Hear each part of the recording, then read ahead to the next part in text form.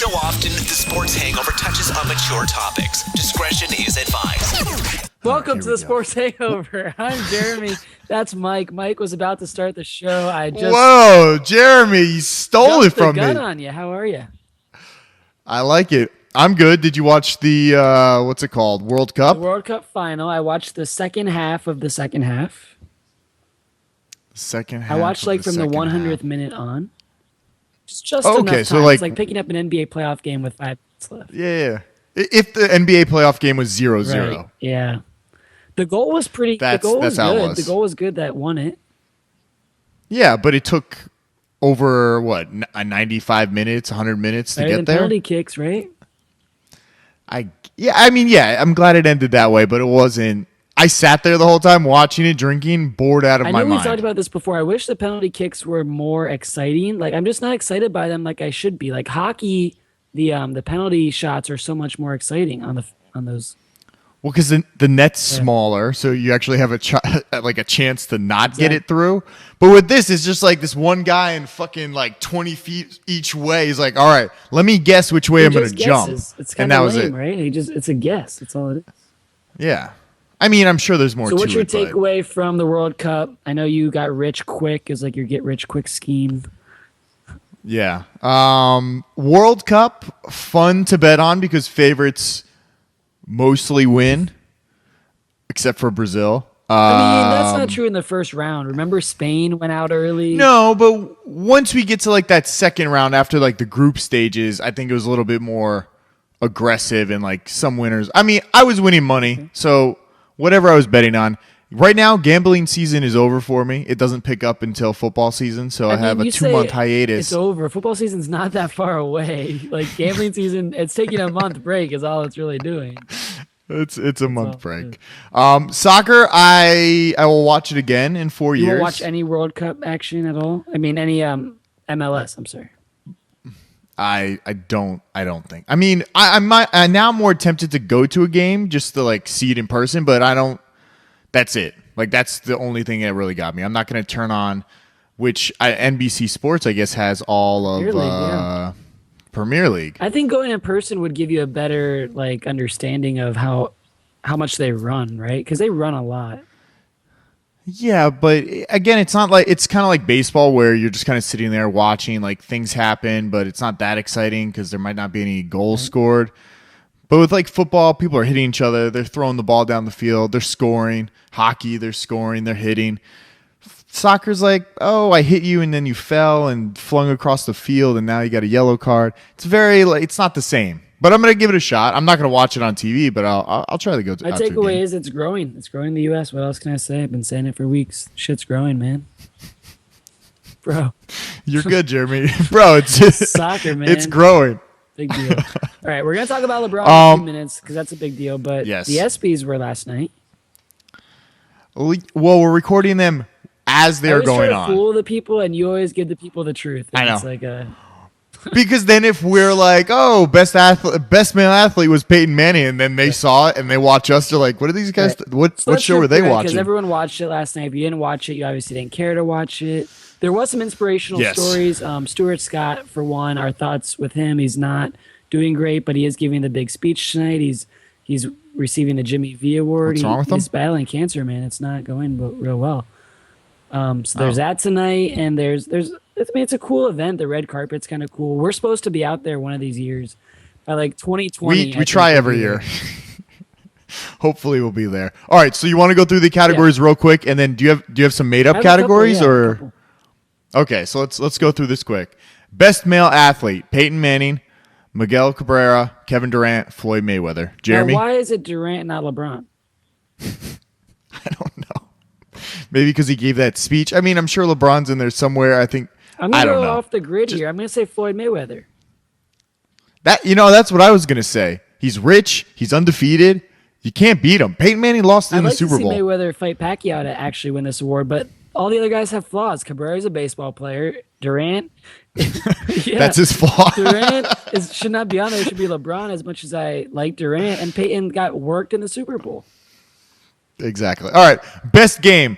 Alabama versus Auburn, Kansas City versus the Indianapolis Colts AFC wildcard Random. playoff game, and then the Stanley Cup final, New York Rangers, Los Angeles King, Game 5 when the Kings won the Stanley Cup. Jeremy, I'm going to go first. I don't even like college football, but the way they won this game, I appreciate the excitement in the game. I go Alabama versus Auburn for the best. One of the biggest runaways in SB history. The other two aren't like the Chiefs-Colts game, like what? I don't even remember what was going on. Who cares? And then the Chiefs came back, and then the Colts still won, or the Chiefs won? I don't even know. The hockey game, who cares? I mean, the football, it's not football game was epic, and it's a bad category. Yeah. There's only 3 options, right? Yeah, it's not very good. So we both decide Alabama, Auburn. Best team, Boston Red Sox, Florida State FSU, the Kings, San Antonio Spurs, and the Seattle Seahawks. I know where you're going. You're going Seattle. We'll save your breath. I mean, it's it's a tough one, Jeremy. They all won something this year. This is Seattle's first Super Bowl, right? What a year for you. What a year. What a year, Jeremy. Kings, that's their second time winning it, so it's not as big. I go with Seattle. First time winning the Super Bowl. Big. It's a great choice. The way they worked play. the Broncos was pretty cool. I'm going to go the Spurs. I mean, that's a team victory. There wasn't one superstar. The way they dismantled the Heat and worked their way all the way there, and they're so old, I'll go with the Spurs. Let's take a quick deviation here. Biggest douche of the year. Biggest douche of the year. Now, do you have people that you're going to nominate? Well, yes. So I have one, Rob Gronkowski. Okay. Is he still douching it? We don't know. I would say Next he's on the up, bottom Johnny of my douche Manziel list. He's is considered douche by a lot of people. Next one is a murderer, Erin Hernandez. He's kind of a douche. Mm-hmm. See, I wouldn't put Gronk on that list. I would put Gronk on like idols to look up to We don't and have to live vote life. for him. These are the nominations by ESPN. I'm not. These Oh, are okay. the official category. Okay. Don't argue with the worldwide. All right, hey, I'm just And okay. then our Sorry. last douche of the year. Do you have a write-in nominee? I'm trying to come up with one more douche. Last douche of the year. Would it be like the guy who blew in LeBron's ear, Lance Stevenson? Would you nominate him? I would nominate him, but I mean, the winner here is Johnny Manziel. I mean, I'm okay with what Johnny Manziel is doing. But he's douchey about it. He's douchey about it. But Aaron Hernandez is a murderer, so he's the douche. But he's my douche. All right. How about this? Best male golfer, Martin Keimer. Is that correct? Yeah, that's good. Keimer, Adam Scott, Hendrik Stenson, Bubba Watson. Tiger Woods won 5 times last year, and he's not on the list. Just because he was hurt a little bit this year, it's kind of weird. I'll go Adam Scott. I was going to do that too. I think you made me bet on him at some point. I didn't win, but it made me watch, and that's all that matters. Next category. Niche sport of the year. Niche sport of the year. Is it horse racing? We saw a lot happening in horse racing. Is it soccer, where World Cup fever took over? Is it is it hockey, where it's a niche, buddy. Get used to it. No, then throw on baseball. Let's throw baseball in there too. So what is our niche sport of the year? Niche sport of the year, Jeremy. I felt like everybody was watching the horse races for that 3-week period or 2 weeks or whatever it was. People were into horses, and no one's ever into horses. That got second place in our vote because the horse racing, there was a problem at the end because it turns out that the system was flawed.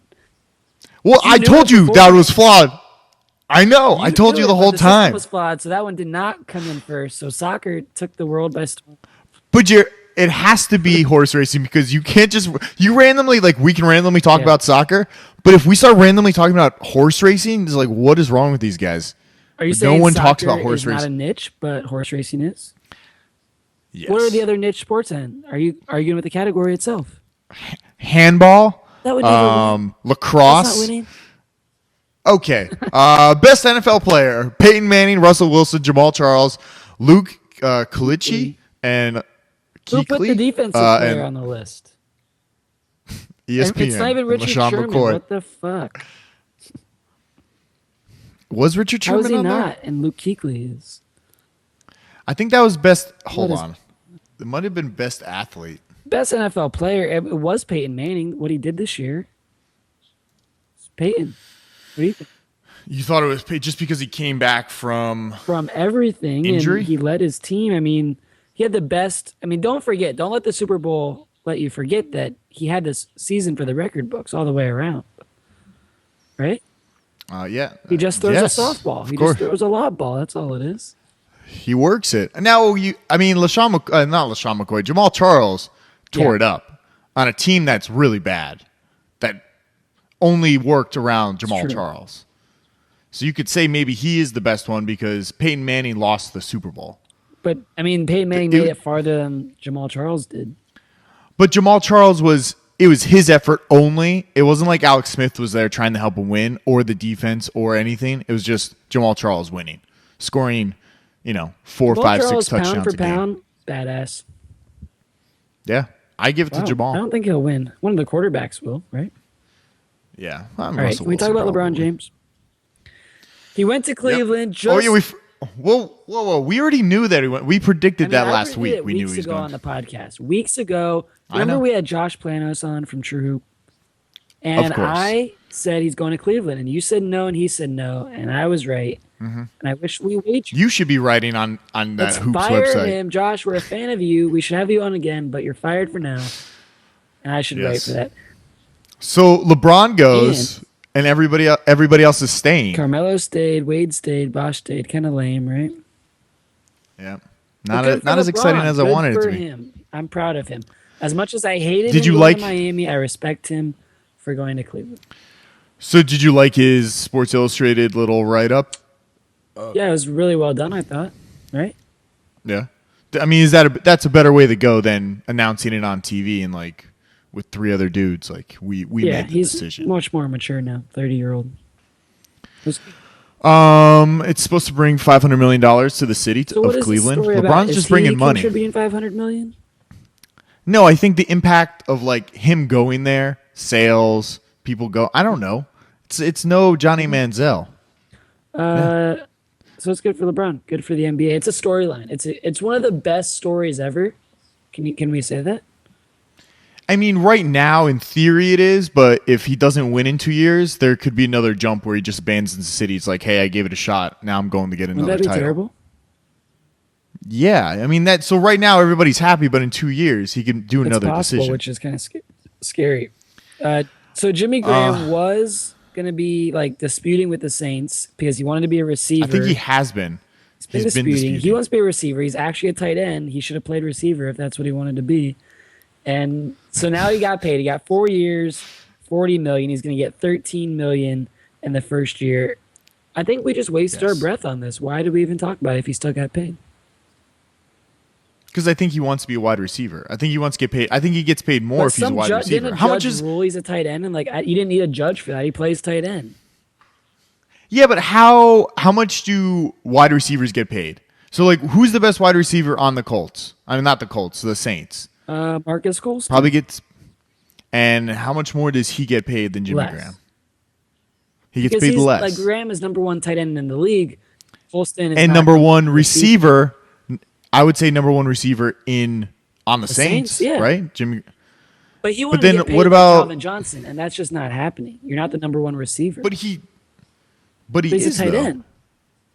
Well, yeah, all right. So in fantasy, if we were going to draft, I would draft him in the top 10 in the first round. You would take Jimmy Graham in the first round? Yeah, I got to see. I haven't looked at the fantasy stuff, but I might take him. Maybe 9 or 10. Draft behind you. Please do. No, I mean, he's a tight end. Let's face it. Tight ends aren't as valuable as other positions on the field. It's just you can't pay him that much. $13 million is a lot of money for a tight end, but if it's Jimmy Graham, he probably deserves it. Also, Fox replaced Pam Oliver with Erin Andrews. Pam Oliver was looking rough last year. She got rough. You remember the weave? Yeah. Lots of bad things going. You'd cut the Pam Oliver and she just makeup's going everywhere. Just what the fuck is going on? The show in January on the playoff time. She had some bad moments. She also got hit in the head with a football. You remember that? On the sideline, she got beamed in the head with a ball that was kicked or thrown. So she's going to the second tier team. Second team, and this is her last year on the sideline because she's going to go on to feature reporting after this year. They're phasing her out. Feature reporting, stories, going to oh, let's do a sit down interview with blah blah. Like what's his name? Gumbel. Yeah, that like does it Jeremy on Shack HBO. and Tom Rinaldi, those douches. All right. What do we think of Erin Andrews taking over Here's the number thing, one? Erin Andrews is popular to a lot of people. I don't get it. I'm over her. She's not good. She had another awkward moment at the baseball All-Star game on Tuesday night. She's just not good. What do you think? Wait, what happened with her Tuesday night? She was talking to this pitcher, so Derek Jeter's last All-Star game. First, Yeah. no, I didn't watch. But First batter of the game. It's Derek Jeter. it's a niche sport. What can you do? So the pitcher, he says he throws him right down the middle, and Jeter gets a double off the wall. Feel good story. And then in the interview, he says, "I grooved him to him. I let him hit it easy. I wasn't trying to get him out." That's what the pitcher said. And then he came back 2 hours later and did an interview with Erin Andrews live on Fox. He said, "I didn't really mean that. People try to take everything out of context." And then she goes, "You hate social media, don't you?" And he's like, "Yeah, I hate it." Like trying to blame social media because this guy, he said what he said. Like, we're not putting words in his mouth on Twitter. He said this shit. And she's trying to blame social media. And I love what someone in Boston today said. So it's kind of funny, actually. This radio host on Dennis and Callahan in Boston, he said, this is his words, not mine. He said, "Erin Andrews is a gutless bitch." You gotta do- He said that on the radio today. And he said, Erin Andrews. Is that a compliment? No, Erin Andrews, because she asked like a terrible question. And he said a great quote, "Erin Andrews lives in a big ass house because of social media. How dare she say something like that and set this guy to say you hate social media?" That's such an overplayed narrative in life.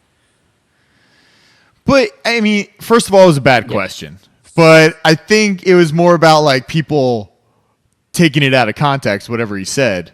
Did he tweet that, or did he just say it and people were tweeting about like, "Oh yeah, I was throwing it down the middle, taking it easy"? He actually said it. Isn't that what pitchers are supposed to do during the game anyways? Yeah, they're supposed to. Right? I mean, I didn't watch it, so. Moving on. All right. Tim Tebow bought a $1.4 million home in Jacksonville. Do we care? Jacksonville Country Club. I'm sure it's nice. Where did he get his money from?